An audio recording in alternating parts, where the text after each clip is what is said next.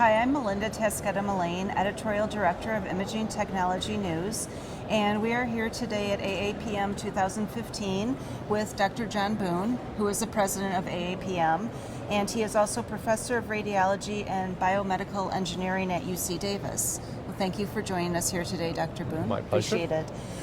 Can you tell us what the current trends are in medical physics? Sure.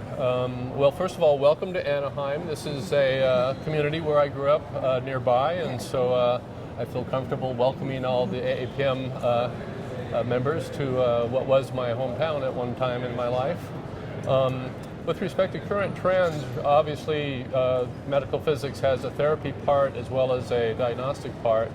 In therapy, I'm privy to these. I'm not a therapy physicist, so TG111 is fault mode analysis based, and it really represents a new way of doing radiation therapy planning and increasing the safety aspect in radiation therapy. And so TG111, it hasn't actually been released yet, but it's in review for the journal Medical Physics, and it'll be out shortly. We actually have devoted a fair amount of AAPM resources to rolling this out because we feel that's an important thing. Totally one of the exciting trends at this meeting, and that's been happening for the last several years, is radiation therapy has always been image guided for the last 20 or even 30 years, and it started with the radiographic systems, moved into CT, and now what we're seeing is a trend towards MR guided radiation therapy, and it's very exciting. There's both cobalt and linear accelerated systems, and imagine just sitting there and steering the beam with the resolution of MR. You have no additional radiation with MR compared to CT and radiography, so it really is a step forward in radiation therapy application. In diagnostic radiology, for our diagnostic medical physicists, CT dose still remains a big issue, and CT dose reporting remains a big issue. We're here in California. We started it. The law went into effect on July 1, 2012. So those of us who live in California and work here, we've been really living and breathing this. And really what this has led to is a large industry of companies that facilitate CT dose reporting to accommodate what was California law. This has become law in several other states. And now the Joint Commission has actually taken up a lot of the language in the California law. So I'm aware that there's a lot of emphasis on CT dose reporting here at the meeting. So a lot of interesting trends. Also, one last thing in diagnostic. So lung cancer screening is now a reality because CMS now pays for lung cancer screening in high-risk patients, and this is using CT. And there's a special session that's actually has some folks at UCLA, including the radiologist, principal investigator of the NLST, which was the lung cancer screening trial. And so they'll be talking about low-dose lung cancer screening for high-risk smokers, in effect. Dr. Boone, what does the future hold? Well, the crystal ball question. So clearly the future holds change. We're seeing it with the Affordable Care Act going into law now. We're seeing vast changes both in radiation oncology and radiology. And what we're seeing is bundling of procedure-based medicine, and both rad-onc and radiology, of course, are procedure-based modalities. And so what we are seeing is in radiology, they have gone to a value-based proposition as opposed to a volume-based way of thinking. And this has led to Radiology 3.0, and the radiology colleagues in RSNA and elsewhere are really talking about Radiology 3.0. With respect to that, the AAPM is very active in trying to adapt to these changes as well. Our physician colleagues are going to have to adapt. There's different payment schemes that we need to accommodate, and the medical physicists, both in radiation oncology and diagnostic radiology, need to adapt with these changes as well. So we're rolling out something that we're currently calling, this is not a mature project yet, but we're calling it Medical Physics 2.0. And the idea, for example, on the diagnostic side, is to sort of get our heads out of the CT scanners and out of the mammo machines, take a step back, sure, we have to do half-value layer measurements and the normal things that medical physicists do, but we also need to take a step back and look at the protocols and talk to the technologists, talk to the radiologists, sometimes talk to the patients, and really see what value we can add to the clinical operation of our hospitals.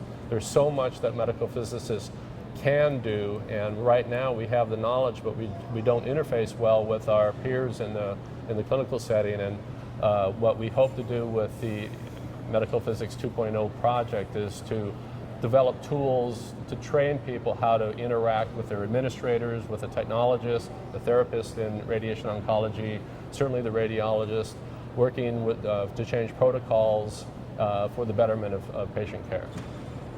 So what are some of the key topics being talked about at this year's conference? Well, one of the key topics that I'm very excited about goes back to MR-guided radiation therapy. And on Wednesday of this week, we have a whole day dedicated to a workshop, a number of sessions on MR-GRT, as the acronym goes. And interestingly, so we've also started a certificate program that was a little bit of my doing in my current role. And so anybody who's registered for the meeting can attend the scientific sessions, but if you register for the certificate program, you pay a little bit more money. However, you will get a nice certificate and also have to answer some questions online. So it's a little bit more arduous, and it's meant to be a higher bar. In future years, we hope to actually raise that bar more.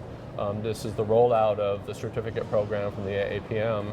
And so we hope that the attendees, and we've got good registration for the certificate program as well as the program itself on MR-guided radiation therapy. So I'm very excited about that, and I think that's one of the highlights of the program. Again, radiation dose seems to be a big theme. Radiation image quality. What we've seen as an attempt to reduce radiation dose is iterative reconstruction algorithms that can suck more SNR, signal noise ratio, out of the acquired data sets. And so this allows the technologist to turn down the settings, reduce the radiation dose during the CT scan, but nevertheless delivering a scan of adequate diagnostic quality. So there's a lot of emphasis in the effort to reduce radiation dose in CT to do new algorithms for reconstruction, and so that's very exciting as well. Part of a larger campaign that I see is really the theme of the meeting that you'll see on the charts and posters around.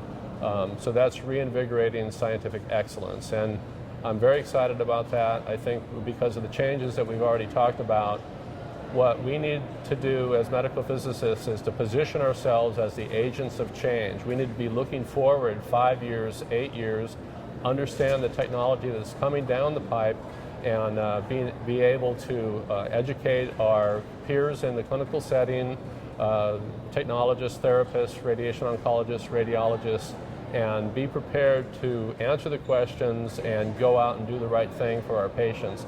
There's a lot of new technology still being implemented. MR-GRT is a good example of that.